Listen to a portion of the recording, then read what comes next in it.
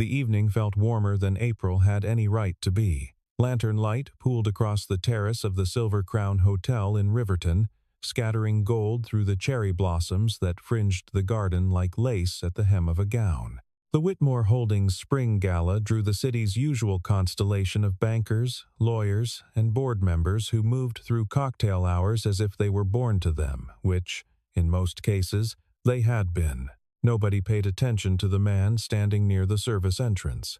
He had that quality certain people possessed, the ability to occupy a room without inhabiting it. Tall, broad-shouldered, wearing a dark jacket one season out of fashion, Daniel Hayes stood with his hands loose at his sides and watched everything. He had been watching since 7 o'clock, when the first limousine turned into the circular drive. It was now 9:15. He had not stopped watching for a single minute. Across the terrace, Isabella Whitmore stood among her guests, the way a lighthouse stands among boats fixed, luminous, the thing everyone orients toward. She had her mother's cheekbones and her father's stillness, a composure so complete it looked effortless from a distance. Only up close, only if you knew what to look for, could you see the faint tension at the corner of her jaw that told you she was working. Daniel saw it. He also saw the server. The man moved wrong. That was the only way Daniel could have named it, something in the angle of the shoulders, the deliberate downward cast of the eyes, the pace that was half a beat too careful for the easy bustle of catering work. He appeared at the far end of the champagne table, set a single flute apart from the row of glasses already poured, and withdrew toward the kitchen corridor without looking back. Daniel was already moving. He crossed the terrace in 11 seconds. Later, he would count backward and confirm that number. He passed 3 couples deep in conversation, skirted the edge of the band's radius, and arrived beside Isabella just as she reached for the glass. There was no time for explanation. There rarely is. He took her face in both hands and kissed her. The flute fell. Champagne bloomed across the stone. The music stopped the way music stops at a power outage total. Immediate. Disorienting. Every head turned. A woman near the roses actually gasped. The old-fashioned kind, hand to collarbone. Isabella pulled back. The slap came before she had finished processing the decision to deliver it, an open palm across his left cheek, clean and hard. Around them, 3 security men were already in motion. Then Daniel's lip began to swell. It happened fast. The reddening of the skin, the catch in his breathing. The way he pressed 2 fingers to his mouth and looked at them as if confirming something he had already known. Isabella watched his face change. Watched the carefully maintained blankness crack open for just a moment, not into pain, but into something closer to grim satisfaction, as if the discomfort was the data point he had been waiting for. She looked at the broken glass on the stone. A faint, iridescent film floated in the spilled champagne. It caught the lantern light for just a second before disappearing into the dark. The security men arrived. Daniel held up one hand. "Contact alkaloid," he said very quietly. "Most likely a conatine derivative. Someone put it on the rim, not in the liquid. She would have absorbed it through the mucosa within seconds of drinking." The terrace was perfectly silent. Isabella Whitmore looked at the man she had just slapped. She understood. The hotel's medical room smelled like antiseptic and the particular kind of institutional calm that descends when everyone in a space has agreed to perform competence. A physician from the gala's contracted medical staff pressed a cold compress against Daniel's mouth and took his pulse, while Isabella sat in the chair opposite and watched. She had sent her guests home 45 minutes ago. The board members and lawyers had departed in clusters of low, urgent conversation, already composing the version of events they would tell at breakfast. The security team had sealed the terrace. 2 calls had gone to the police.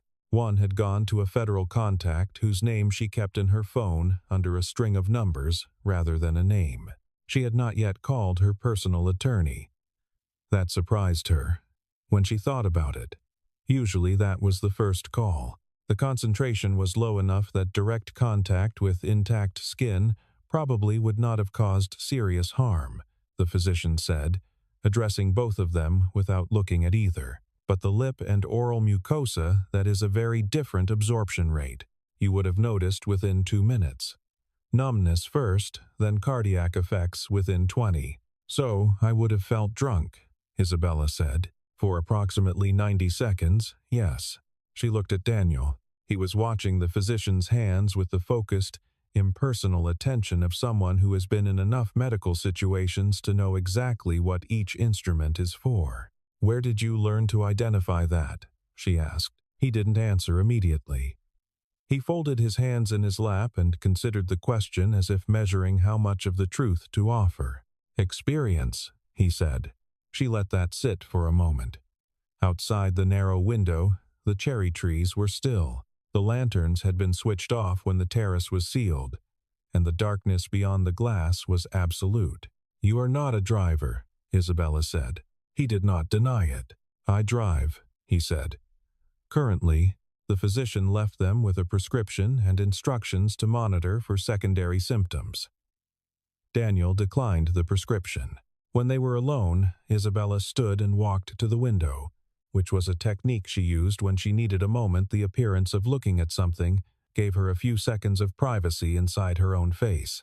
"Who sent you?" she asked. "Nobody. That is not a credible answer." "I know." A pause. "I have a daughter. She is 8 years old. I needed steady work, and the agency that places contract drivers had an opening. That is the whole story." She turned back to face him. He met her eyes without any of the usual performance, no eagerness to be believed, no careful calibration of sincerity. He simply looked at her, which was itself a kind of answer. "What is your name?" "Daniel Hayes." And before driving, he was quiet for long enough that she thought he might simply decline to answer. Then, Federal Protective Services. Diplomatic Security Division. "I left 4 years ago." "Why?" The compress was still in his hand. He turned it over once. "There was a situation. My wife was killed in a car accident. While I was on an assignment, I could not leave. I was 3,000 miles away." He set the compress on the table. After that, it seemed sensible to be closer to home. Isabella said nothing for a moment. She was not the kind of person who filled silence with sympathy she did not mean. "I am sorry about your wife," she said, "because she was." He nodded once, accepted it. "Someone tried to kill you tonight," he said. "That is the fact we should be discussing." By midnight, the hotel suite Isabella had moved into for the remainder of the night contained 2 laptops, a tablet, 4 cups of coffee in various stages of completion, and Daniel Hayes sitting across from her at the low table with the particular stillness of a man accustomed to waiting. She had pulled the last 3 years of Whitmore Holdings' financial records from the encrypted server she maintained separate from the company's main system, a habit her father had taught her, one of the few pieces of business advice she had accepted from him without argument. The records were dense. 9 subsidiaries, 14 active investment vehicles, a real estate portfolio that spanned 4 states. "Walk me through the organizational structure," Daniel said. "You understand corporate finance? Enough. Who has access to the investment accounts?" She turned the tablet to face him. The access log showed 3 names: herself, her personal attorney, and the chief financial officer of Whitmore Holdings, who had held his position for 22 years. "Victor Langford," Daniel read. "My father hired him before I was born. He was at the funeral. He helped me navigate the estate transition." She heard something in her own voice. The word "helped" slightly altered, as if she were revising it even as she said it. "And your father died 3 years ago. Coronary event." He was 61 and had no prior cardiac history, which his cardiologist noted but attributed to stress. "You didn't believe that?" It was not a question. She looked at him. "No," she said, "but I had no reason to believe anything else." He had been working 18-hour days for 2 months before it happened. The company was in a complicated restructuring. It was plausible. What was the restructuring? She pulled up a different file. The documents were dense with legal language, but the shape beneath them was simple. Arthur Whitmore had been quietly attempting to consolidate oversight of 3 investment funds that had, for the previous 5 years, been managed semi-independently by a committee that included Victor Langford. He was trying to bring the funds under direct board control, Isabella said. Victor opposed it. They had argued. My father mentioned it to me twice, not as a crisis, just as friction between people who had worked together long enough to stop being careful with each other. Daniel was quiet. He turned the tablet back and scrolled through the access log with the methodical patience of someone who had read a great many documents in circumstances where missing one line could matter. There are 11 transactions here that don't have corresponding board authorizations, he said. What? She came around the table. He had found them. She did not know how. In 40 minutes of looking at records she had reviewed annually for 3 years. She had never seen them, but they were there. 11 transfers over 18 months, each one small enough to fall below the threshold that would have triggered an automatic audit flag. Each one moving into an account she did not recognize. She sat down slowly. Total, Daniel said. Close to 60 million. The suite was very quiet. Outside, Riverton was settling into the particular stillness of a city past midnight. The last traffic thinning, the sky beginning to consider the idea of dawn. Victor has been stealing from us, she said. For at least 18 months, yes. Possibly longer. This is only what is visible in these records. And my father found out. Daniel did not say anything. He didn't need to. Isabella stood and walked to the window for the second time that night. The darkness outside was still complete. She pressed one palm flat against the glass and felt the cold of it travel up her arm. Her father had stood at windows the same way. She had always thought it was a habit she'd picked up from him without noticing. He told me, she said, 2 weeks before he died. He said there was someone inside the company he couldn't trust. He said he was going to handle it. I told him to bring in outside counsel. She paused. He said he would. He didn't get the chance, Daniel said. No. She turned back to face him. Her voice was exactly level. We need to prove it. The Riverton Trust branch on Caldwell Street opened at 9 in the morning. Isabella was there at 8:55, standing in the partial shade of the building's overhang with Daniel beside her, both of them having slept approximately 90 minutes in the hotel suite and agreed, without discussing it, that sleep was secondary to whatever came next. She had known about the safety deposit box for 3 years. Her father's estate attorney had given her the key at the conclusion of probate and told her the box contained personal documents. Letters, she assumed, or perhaps copies of his will. She had placed the key in the back of her home office desk and not thought about it seriously since. She was thinking about it now. The vault room was cool and hushed, with that particular quality of air-conditioned spaces that never see direct sunlight, slightly dead, perfectly controlled. A bank officer led them in and withdrew.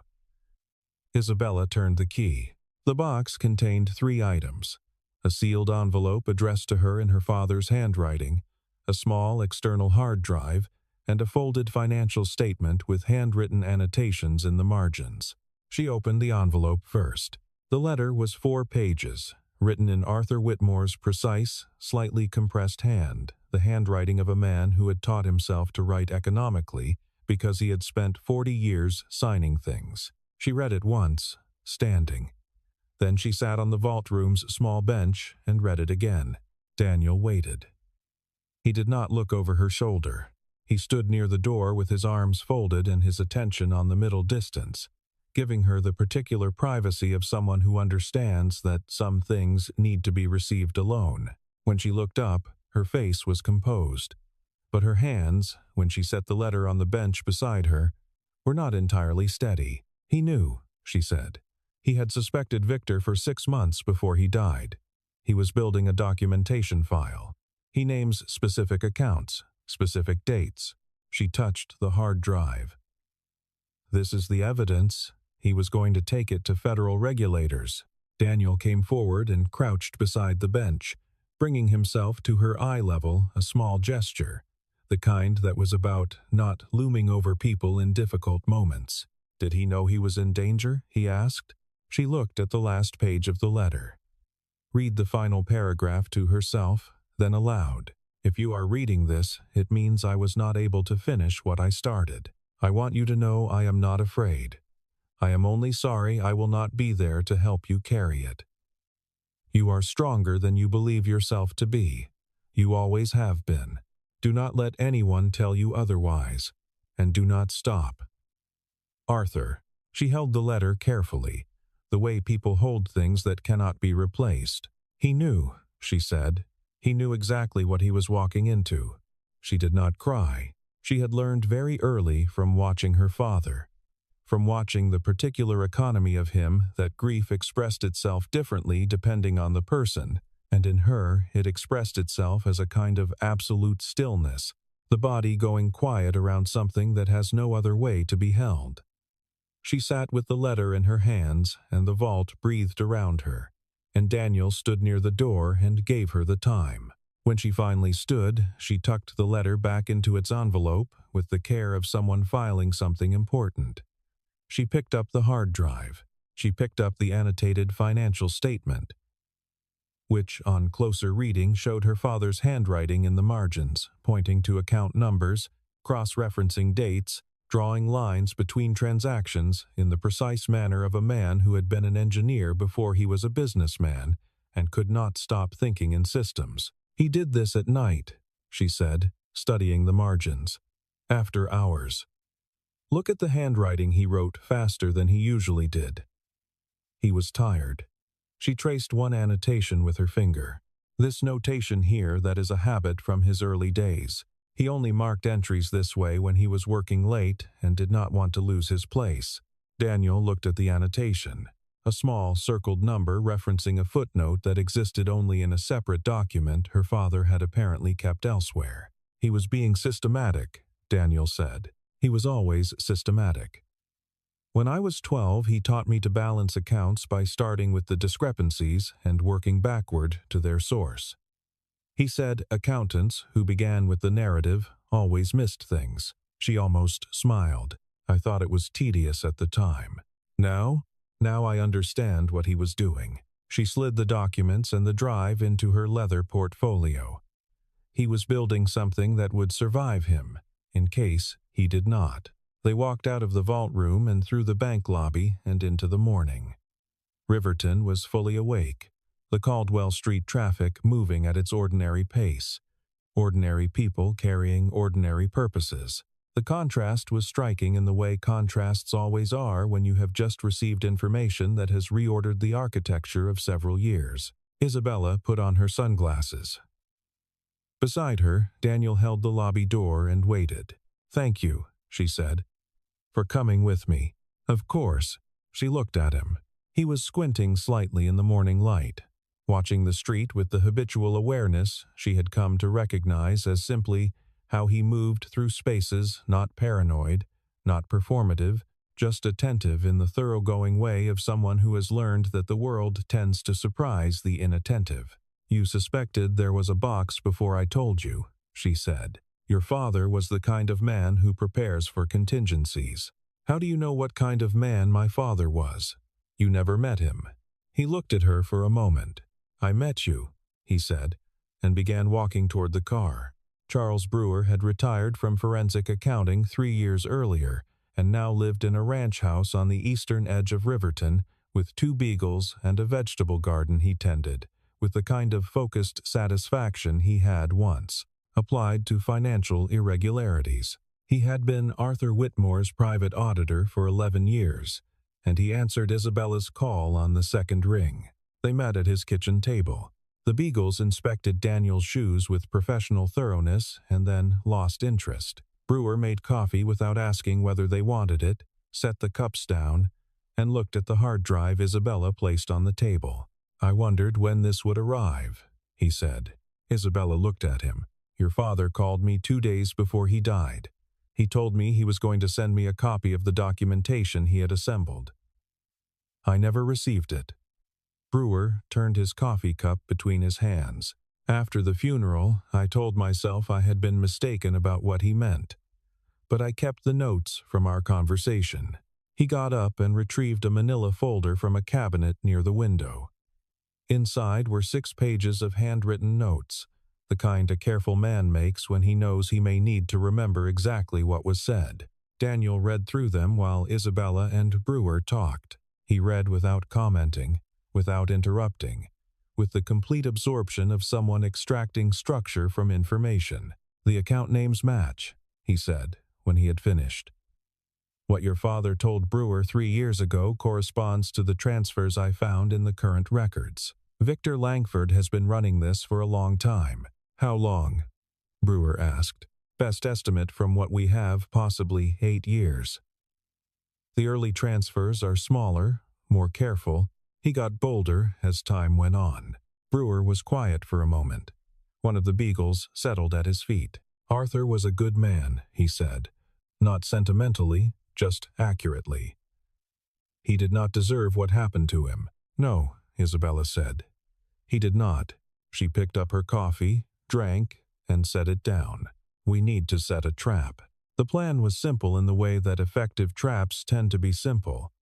Not because simplicity is easy, but because complexity gives too many things a chance to fail. Isabella would contact Victor Langford directly. She would indicate that she had found something in her father's files enough to alarm him without specifying how much she knew. She would request a meeting. Victor, believing he controlled the situation, would come. Daniel spent 2 hours on the phone with a federal contact he declined to name, arranging for a surveillance team and a warrant that would allow legally admissible recording of the conversation. The warrant required an afternoon's work from a judge who, Daniel explained without further detail, owed him a professional debt from a previous occasion. Isabella composed the message to Victor herself. She sat at the hotel suite desk and typed it 4 times before she was satisfied. The final version read, "Victor, I have been reviewing my father's records from the period before his death. I found documents I think you should know about. I would like to discuss this privately. Tomorrow evening, 7 o'clock. She had chosen the location, a greenhouse and botanical space called the Meridian Garden, a privately owned property in the eastern suburbs that she knew from its public events season, large enough that the surveillance team could position themselves without being obvious, contained enough that there was only one exit Victor could use without drawing attention. She sent the message at 3 in the afternoon. Victor replied within 4 minutes. "Of course. I will be there." She set down her phone. Across the suite, Daniel was reviewing the floor plan of the Meridian Garden that he had sourced from the property's public records filing. "He responded faster than I expected," she said. "He is worried," Daniel said, without looking up. "Worried people respond quickly. It is one of their consistent qualities. You sound like you have done this before." "I have done this before." She looked at the floor plan spread on the table. The greenhouse was a single, long structure with an attached orangery glass walls, steel frame, the bones of the building completely visible. She thought of her father. She thought of the way he had sounded on the phone 2 weeks before he died tired. But underneath the tiredness, something that she had told herself at the time was the usual pressure of the job. She knew now that it had been fear. "He was alone with this for 6 months, she said. Daniel set down the floor plan. "I know. He could have told me. He was trying to protect you. I know that too." She folded her hands on the desk. "That does not make it less difficult." He did not offer reassurance. She was grateful for that. Empty reassurance was one of the things she had spent years carefully clearing out of her life. The way you clear a room of furniture that is merely taking up space. "Get some sleep," he said. 3 hours. "The briefing with the surveillance team is at 6. She did not argue. That surprised her too. She lay in the dark of the hotel suite for 20 minutes, thinking about Victor Langford, not about what he had done, which she understood well enough, but about the texture of his competence. He had been managing this for 9 years. He had sat across from her in board meetings, and smiled and said the right things, and kept two separate realities in his head simultaneously, and had apparently found that arrangement completely manageable. That required a particular kind of person. She was not sure what kind. She thought about the way he had delivered condolences at her father's funeral, precise, warm, entirely credible. She had thanked him. She had held his hand. She thought about what he had known. Standing there, she stopped thinking about it. It was not useful, not yet. It would be useful later, in a courtroom, when a prosecutor needed to explain to a jury why the warmth had been real enough to deceive people for 2 decades, and what that meant about the nature of the deception. For now, she needed 3 hours of sleep and a functioning mind. She closed her eyes and was asleep within minutes, another discipline she had acquired from her father, who had told her that the ability to sleep, when sleep is available, was one of the most underrated professional skills a person could develop. He had not been wrong. The Meridian Garden at dusk looked like the kind of place a botanist dreams about. Long glass walls reflecting the last copper light of evening, rows of early summer plantings visible through the panes, the air outside carrying the faint sweetness of something blooming that had no name for people who were not botanists. Under other circumstances, Isabella thought she would have found it beautiful. She walked in at 3 minutes to 7. The surveillance team was already in position, 2 vehicles in the adjacent lot, a technician in the utility access point at the northern end of the building, Daniel in the attached orangery with a direct sightline to the main hall through a connecting door held slightly open. She wore a device no larger than a shirt button at the collar of her jacket. Victor Langford arrived at exactly 7. He was 63 years old, silver-haired, impeccably dressed in the understated way of men who have spent decades in boardrooms, the kind of tailoring that announces money without mentioning it. He had shaken her hand at her father's funeral. He had put his arm around her shoulders at the reception afterward and said, "Your father was the best man I ever knew," and she had believed him. She was thinking about that as she watched him come through the door. "Isabella," he smiled. The smile was perfect warm, slightly concerned, calibrated. "I came as soon as I could. Your message worried me. Thank you for coming." She gestured to the bench along the center partition. "Sit with me." They sat. Around them, the greenhouse breathed its quiet vegetable breath. Somewhere in the planted rows, a small irrigation system was running, the soft ticking of it barely audible. "What did you find?" he asked. Still warm, still concerned. "My father kept a safety deposit box at Riverton Trust. I opened it yesterday." Victor's expression did not change. That, in itself, told her something. A genuinely innocent person would have registered curiosity. Victor's face moved from warm to slightly more attentive, which was not quite the same thing. "And?" He left documentation.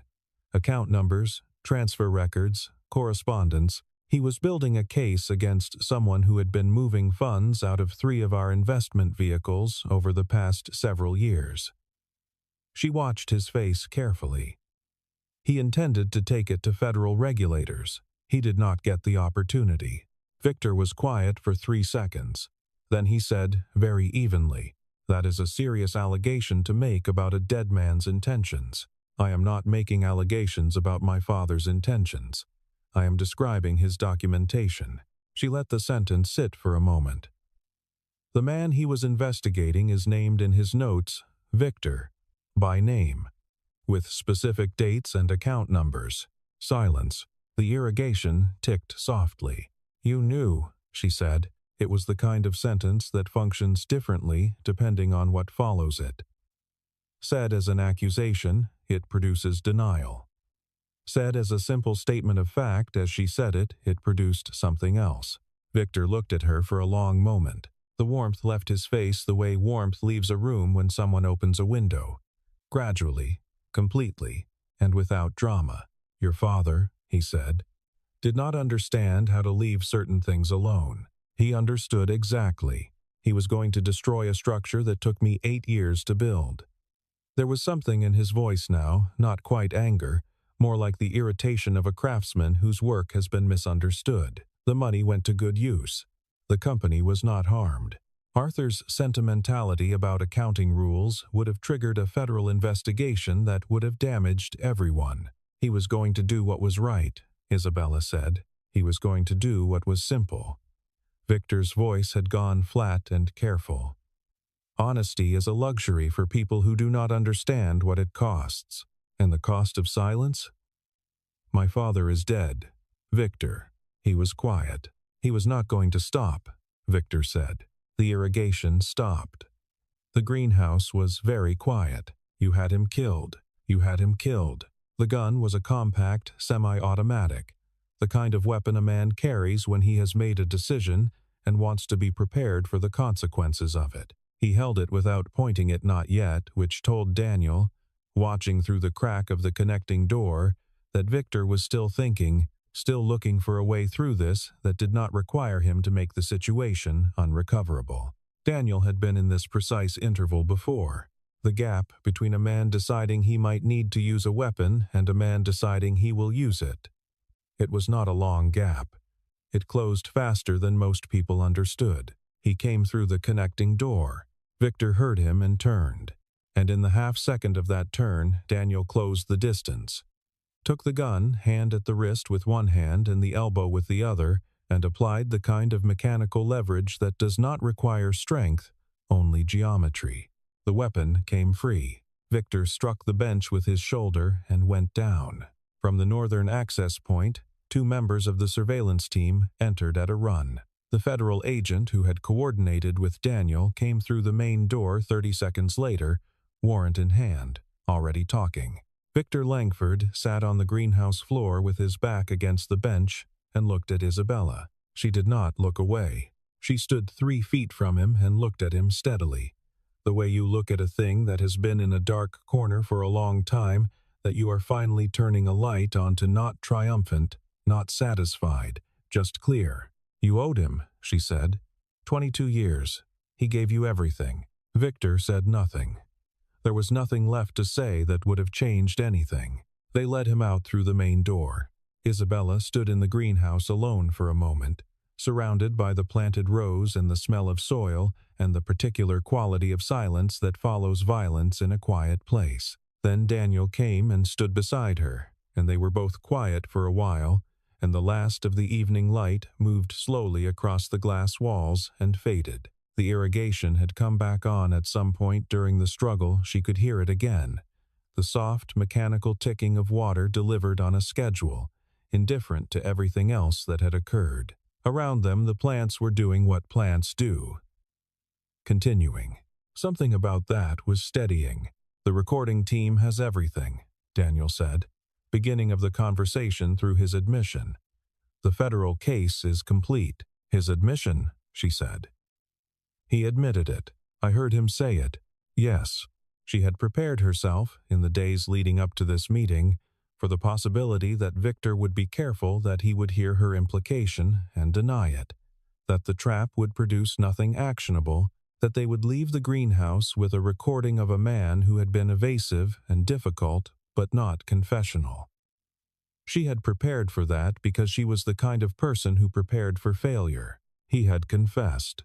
In the end, the one thing Victor had not been able to sustain was the assumption that he was still invisible. Once Isabella had shown him she could see what he had done, something in the calculation had shifted. She thought she understood it. After 9 years of perfect concealment, the prospect of being known had undone him faster than any evidence could have. It is done, he said. Part of it, she said. He nodded. He understood what she meant. There would be months of legal process, depositions, the long work of restitution and institutional repair. There would be press coverage she would have to manage, and board meetings she would have to lead, and a narrative about Whitmore Holdings she would have to construct from the wreckage of the previous one. None of that was small, but her father was answered. That was the thing she had come here for. She was aware, standing in the quiet greenhouse in the last of the light, that she was not alone. Daniel was beside her, present in the particular way he was always present, without pressing, without requiring anything from the moment. She had known him for less than a month. She felt, inexplicably, that she had known him much longer than that. She did not examine the feeling. There would be time for that later, too. The summer morning that Daniel brought his daughter to the Silver Crown for what he had told her was a brief meeting was the first time Isabella had seen a child in her professional life in what felt like years. She was standing in the lobby, speaking to her attorney on the phone, and she looked up and there was a small girl with Daniel's coloring and a very serious expression examining the arrangements of tulips near the concierge desk. Isabella ended the call. The girl looked up. She had pale blue eyes and a directness of gaze that her father had clearly passed along without noticing. "Those are parrot tulips," the girl said, pointing at the frilled orange blooms. "They look like parrots. That is why they are called that." "I did not know that," Isabella said. "Most people don't." The girl considered this equitably. "I am Lily." "Isabella, I know. My dad told me your name." Daniel arrived from the direction of the parking corridor, carrying 2 coffees and looking like someone who had decided to apologize but had not yet settled on the exact phrasing. She wanted to come.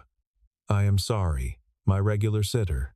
"It is fine," Isabella said. She looked at Lily. Lily was still examining the tulips with the unhurried focus of someone who does not feel the need to perform interest in things she finds interesting. "She is very like you," Isabella said. Daniel handed her one of the coffees. Something in his face shifted briefly, not quite a smile, but its structural prerequisite. "She is better than me," he said.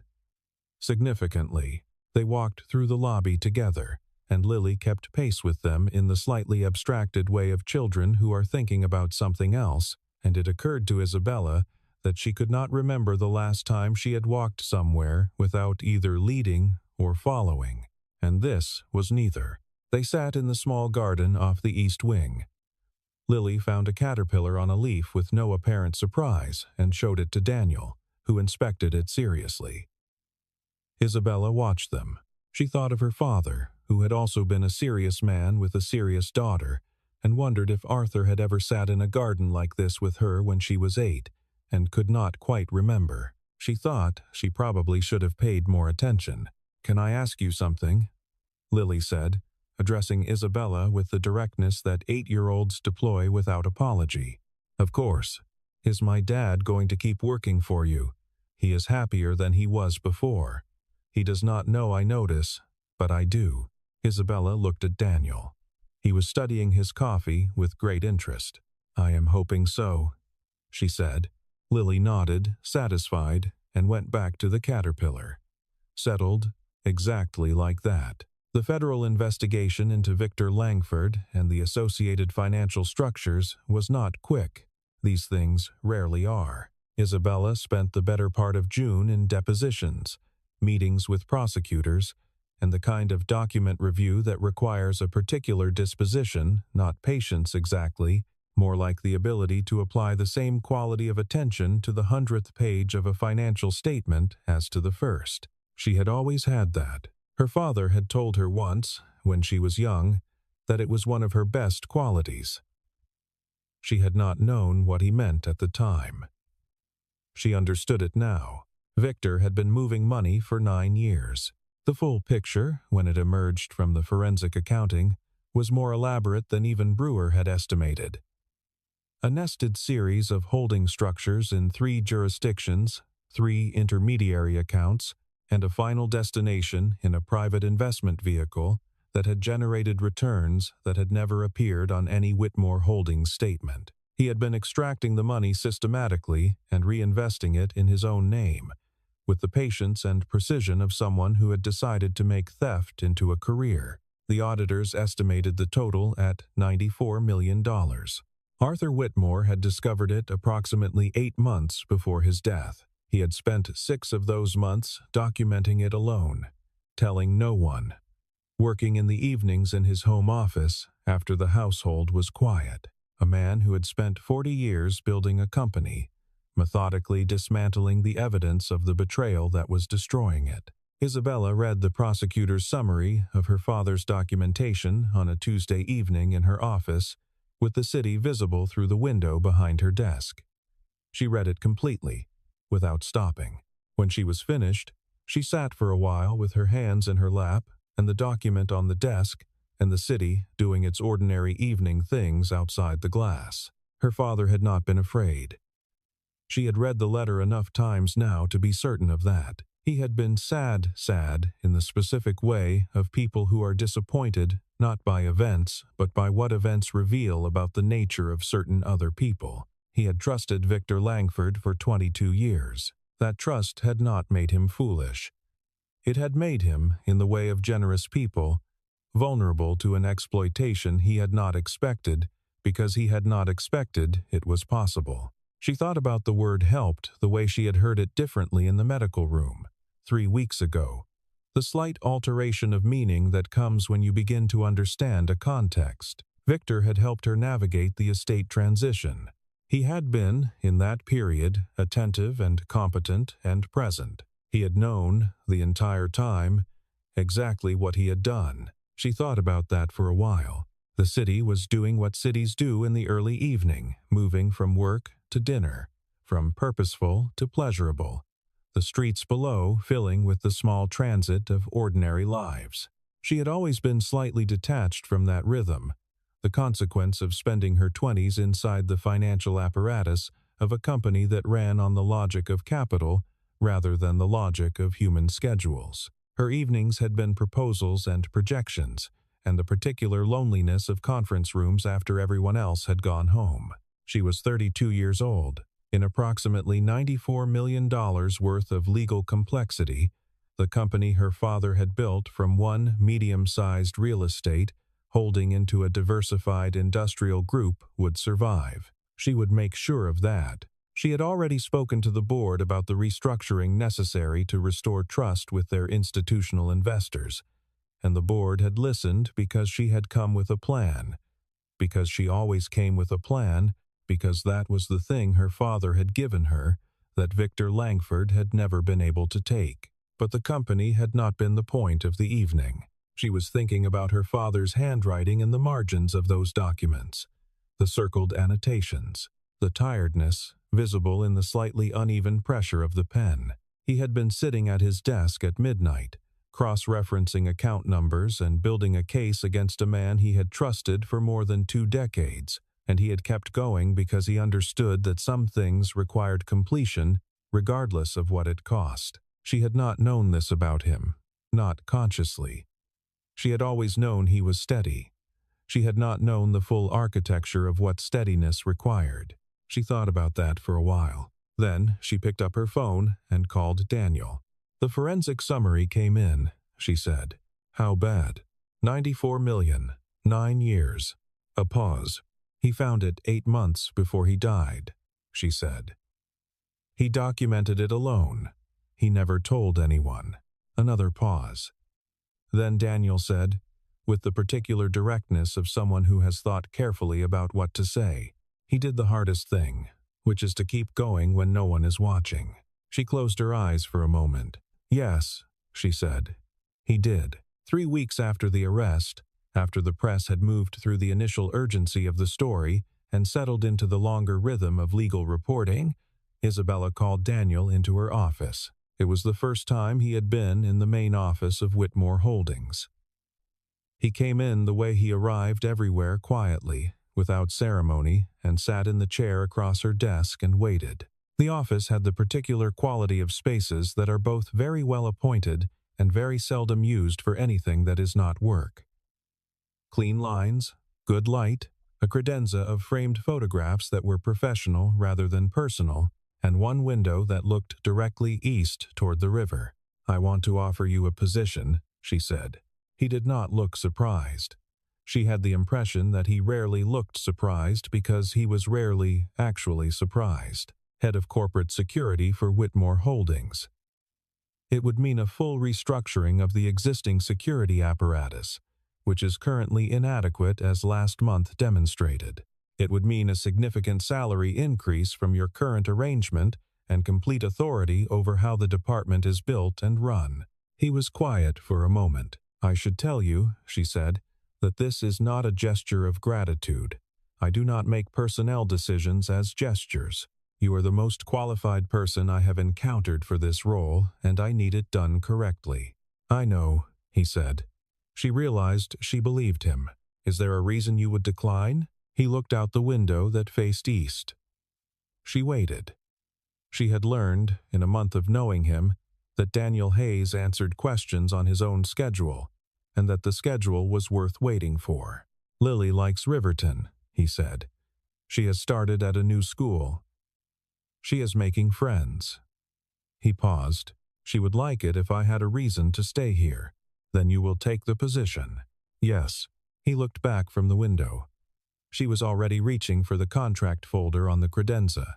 "One condition," he said. She looked up.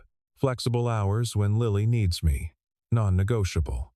"Obviously," she said, "I am not unreasonable." Something happened at the corner of his mouth. It was brief and controlled, but it was there. She slid the folder across the desk. Late August came to Riverton with the unhurried confidence of a season that knows it is already ending. The evenings were cooler than they had been, the quality of light slightly changed, still warm, but with the particular clarity that comes before the first turn of the leaves, when everything is at maximum saturation just before it begins to change. Lily was in the garden of the building where Daniel had moved them, a decent apartment in a quiet neighborhood where she had already identified every tree on the block by species. She was working on a drawing of the courtyard maple, applying herself to the task with the focused seriousness she brought to everything she decided was worth doing. Daniel was inside, at the kitchen table, reading through the week's security review for Whitmore Holdings. He had been in the role for 6 weeks. The department was beginning to take the shape he had intended. Layered, quiet, built on the principle that the best security is the kind nobody notices because nothing has gone wrong. His phone was on the table. At 9:47 in the evening, a message arrived from an unknown number. Not a text, an image. He opened it. It was a photograph. The photograph showed the intersection of 2 streets he recognized, the corner of Meridian and 4th in the East Side District, 3 years ago in October, based on the timestamp at the bottom. He recognized the intersection because it was where his wife had died. The accident had been ruled exactly that, an accident. A truck that ran a red light in rain, a collision that the physics of it had made unsurvivable. He had reviewed the police report himself 3 times in the months after, until he had accepted that there was nothing to find. He looked at the photograph for a long time.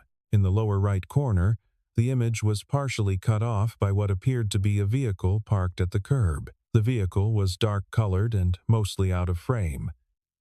But on its side, just barely visible at the edge of the photograph, was a logo. He did not recognize the logo.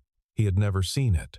He took a screenshot, sent it to the image forensics contact he maintained from his federal years, and sat for a moment with the phone in his hand. Through the window, the courtyard maple was going amber at the edges. Lily's pencil scratched quietly across her paper. The evening was entirely peaceful. Daniel Hayes looked at the photograph for another moment. Then he got up, went to the window, and watched his daughter draw. He would make some calls in the morning. There was time. There was almost always more time than you thought, if you were careful. He had learned to be careful. The maple in the courtyard was still holding the last of its summer leaves, but he could see at the edges of the canopy where the first color had begun a thin border of amber, the kind of change that happens so gradually you only notice it when it is already well underway. Lily would name the exact day it had started. She kept track of things like that in a notebook she carried in her school bag, a habit she had developed on her own without anyone suggesting it to her. He had found the notebook once, open on the kitchen table, and seen that she recorded the weather every morning, the first bird she heard, the state of the courtyard trees. She had been doing it since March. There were 163 entries. He thought about that, about the kind of person who, at 8 years old, decided that paying attention to things was worth the trouble of recording them. He thought about the photograph, about the corner of a logo just visible at the edge of a frame, 3 years old. From an intersection, he had told himself he understood. He had been careful. He had been as careful as he knew how to be. And still, there were things he had not looked at closely enough. Lily's pencil was still moving in the courtyard below, steady and absorbed. The evening air was soft, carrying the last warmth of a summer that was ending. The way all things ended gradually, then completely, then into whatever came next. He would be more careful.